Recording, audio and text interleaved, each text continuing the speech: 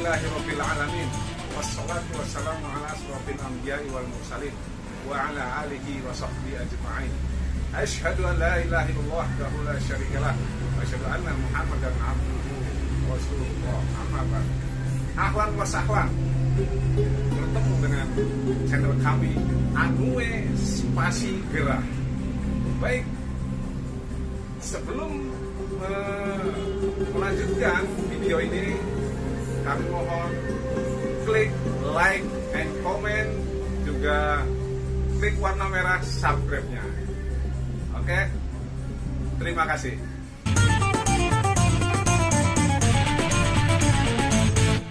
Ketakutan yang hebat sehingga hampir keluar keringat dingin, lalu dipeluk oleh makhluk tersebut sampai Nabi bercerita untuk napas saja susah katanya.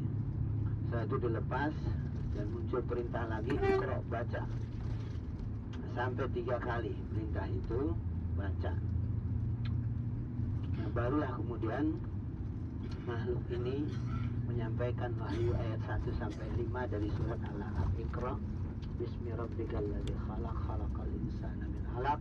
Iqra wa rabbukal akramul ladzi 'allama bil qalam, 'allamal insana ma lam ya'lam.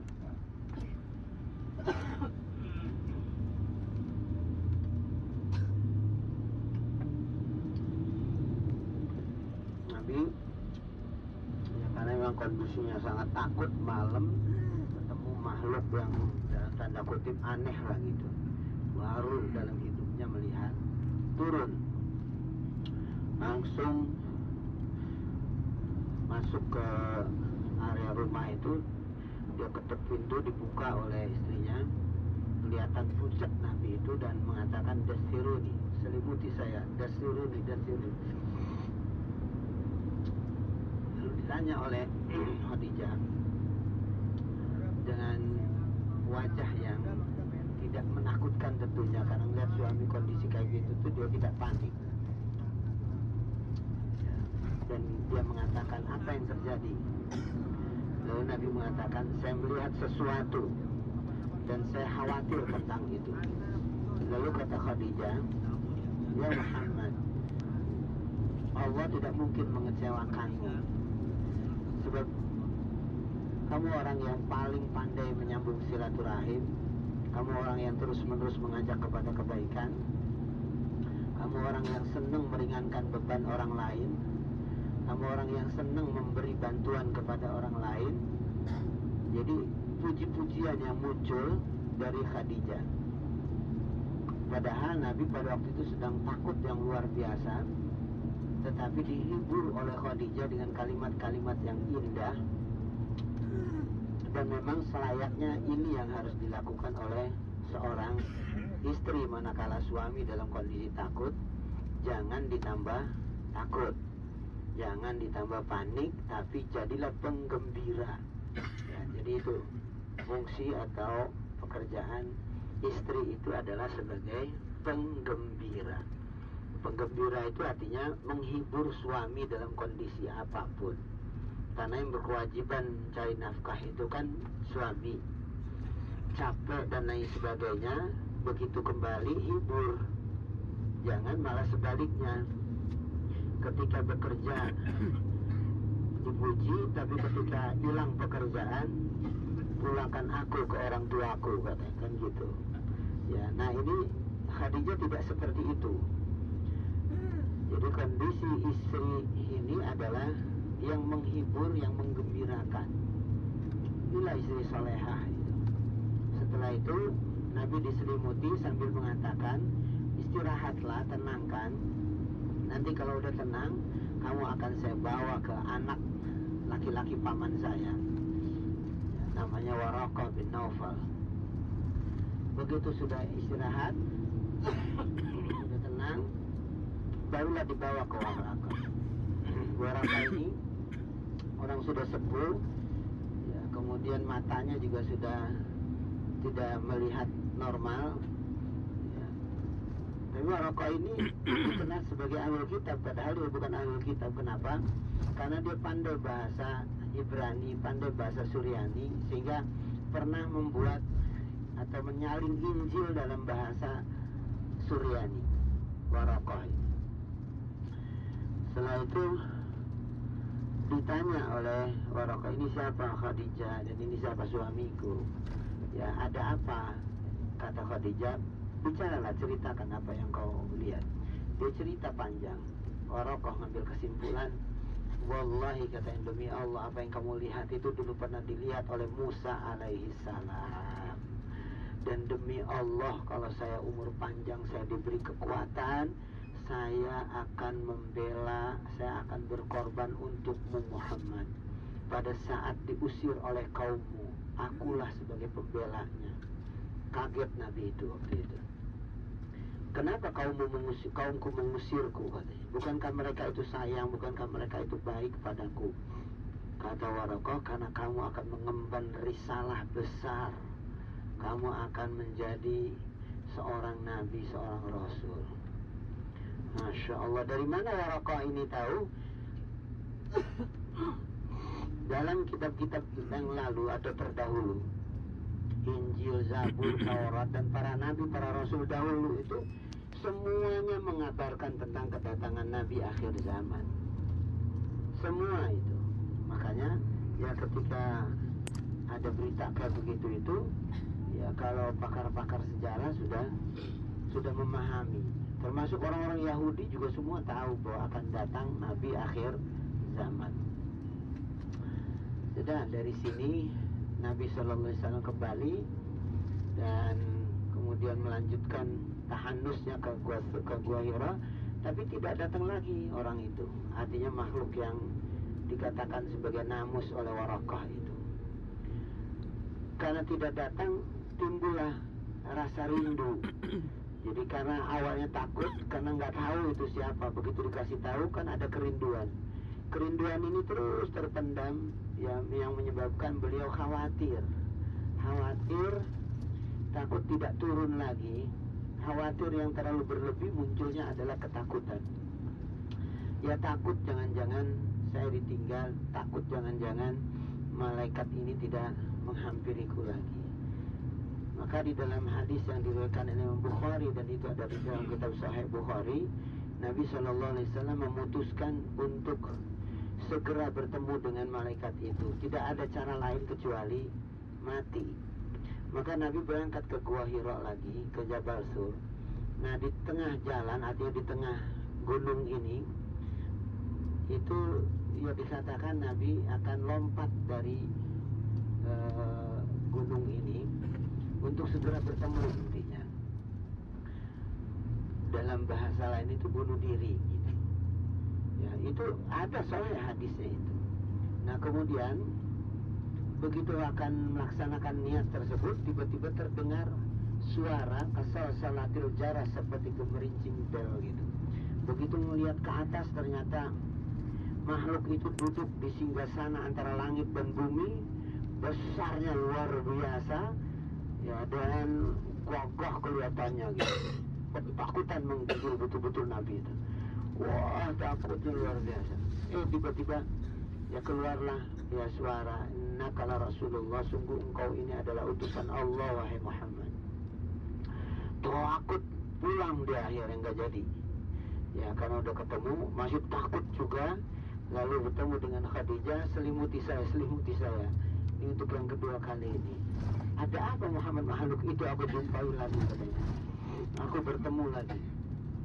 Begitu lagi berselimut inilah, kemudian dari balik kamar itu terdengar suara, ya ayyuhal muddathir kum fa'anzir wa rabbaka fakabbir wa thiyabaka fatahhir wa rujza fahjur wa la tamnun tastaksir. Surat Al-Mudathir ayat 1 sampai ayat 6. Nah, isi ayyuhal muddathir itu wahai orang yang berselimut. Kum, bangun, fa'anzir, beri peringatan. Artinya bangun di sini, bergerak kamu.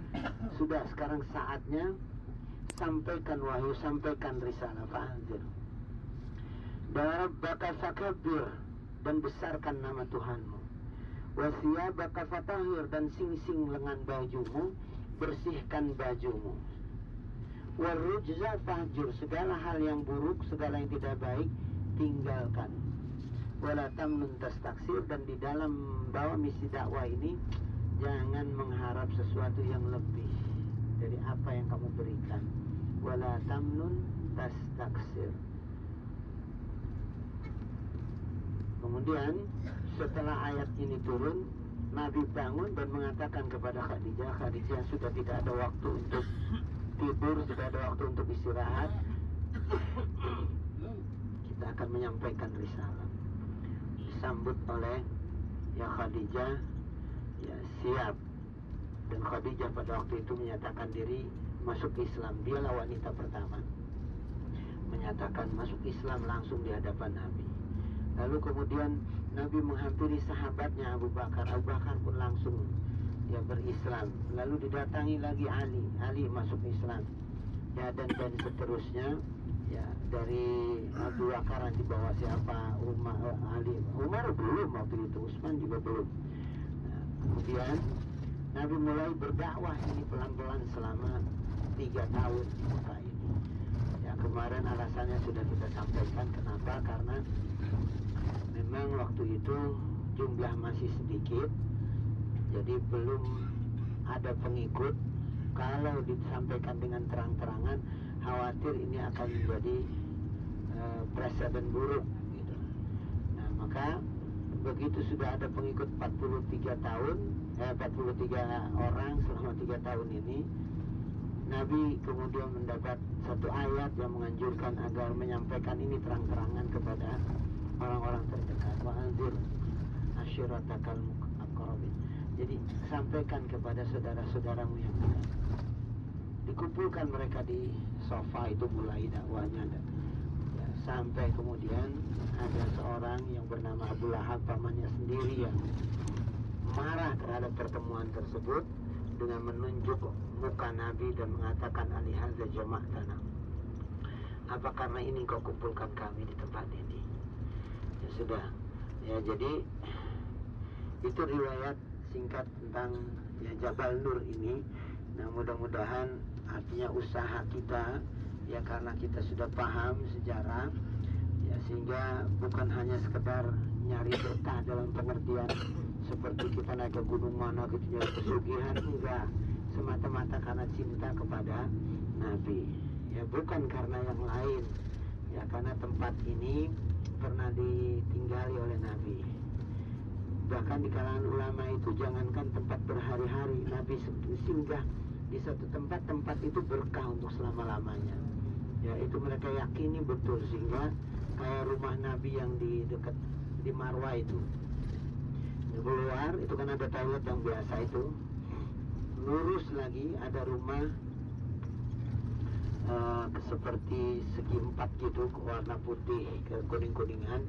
Nah, itu tempat kelahiran Nabi. Walaupun ditutupi dengan istilah ini perpustakaan Mekah, ya tetap orang yang ngerti sejarah akan datang ke sana bukan melihat perpustakaan, tetapi hanya mendatangi tempat ini dulu ditinggali oleh Nabi Shallallahu Alaihi Wasallam. Bahkan orang-orang soleh itu paling seneng ya kalau musim haji itu duduk-duduk di bawah istana raja itu. Bukan masalah karena itu istana, tapi karena itu dulu Jabal Qubais. Nah, Jabal Qubais itu tempat bermain para nabi dan para rasul dahulu. Nah, di antaranya adalah Nabi Shallallahu Alaihi Wasallam. Banyak menghabiskan masa kecilnya itu di sekitar Jabal Qubais, sehingga mereka ya datang ya, tiketnya itu banyak di situ gitu, karena tempat itu sering didatangi oleh Nabi Shallallahu Alaihi Wasallam. Nah, sementara rumahnya Nabi, rumahnya setelah menikah dengan Khadijah itu dari Marwah lurus ngambil ke kiri sedikit gitu, terus lurus. Nah, itu di atas ya toilet gitu yang ada lapangan luas. Itu diyakini dulu sebagai rumah Khadijah itu. Makanya di situ kita lihat kalau orang sholat itu orang India itu masya Allah, orang Turki paling banyak, orang Indonesia mah banyak cuma ikut-ikutan doang. Ya ada apa ini gitu. Tapi kalau mereka yang paham mengerti, sehingga mereka banyak kumpul di sana hanya untuk ngalap berkah tadi itu, karena tempat ini ya dulu Nabi Shallallahu Alaihi Wasallam tinggal. Dan termasuk di sini di Jabal Nur. Walaupun pemerintah Saudi itu berkali-kali melarang, tidak ada dasarnya naik ke Jabal Nur, tidak ada sunnahnya, tidak ada, tetap saja orang-orang yang ngerti mereka akan datang. Nggak bisa dicegah itu. Tapi kenapa pemerintah Saudi mencegah? Ya bagus juga memang. Sebab kalau nggak ada pencegahan kayak begitu itu bisa ribuan tiap hari itu. Nggak dicegah aja. Ya tiap naik itu ratusan, bahkan bisa jadi sehari ya betul ribuan gitu. Itu udah dicegah, apalagi kalau belum dicegah. Ya, jadi karena memang mengingat sejarahnya, jadi bukan karena yang ngalap berkah atau nyari pesugihan sebetulnya. Nah, maka orang Turki itu mereka mewajibkan itu nenek-nenek aki pada naik gitu. Kalau kita kan pertimbangannya banyak, ya banyak, ya demi kemaslahatan jamaah itu sendiri.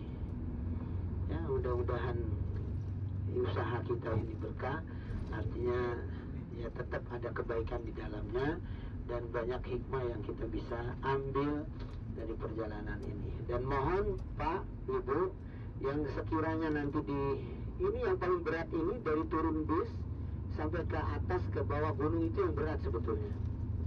Nah kalau dari bawah gunung ke atas sih udah kita lepas dah. Tapi kalau yang di sini ini mohon gas 1 Pak, jadi jangan gas gigi 1 aja, jangan gigi 2. Ya. Pak Asmar walaupun giginya hilang, ya tetap pakai Pak giginya Pak, gigi 1. Ya. Lihat Turki itu Pak, udah kelihatan. Ya udah, Bismillah.